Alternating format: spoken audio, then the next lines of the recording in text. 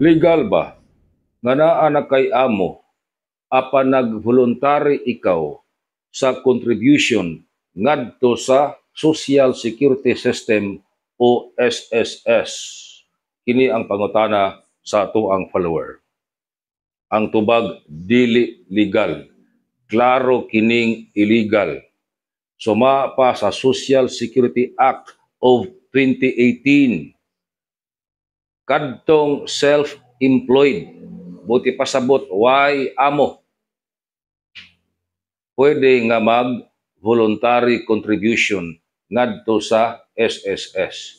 Pero kadtong dunay employer, ang employer o employee, dunay mandatory contribution ngadto sa SSS. Ang employer, mandatory nga magpamembro sa SSS. Ang employee, mandatory nga magpamembro sa SSS. Panahon sa sweldo, dunay counterpart, mas taas ang counterpart sa employer kaysa employee sa contribution ngadto sa SSS.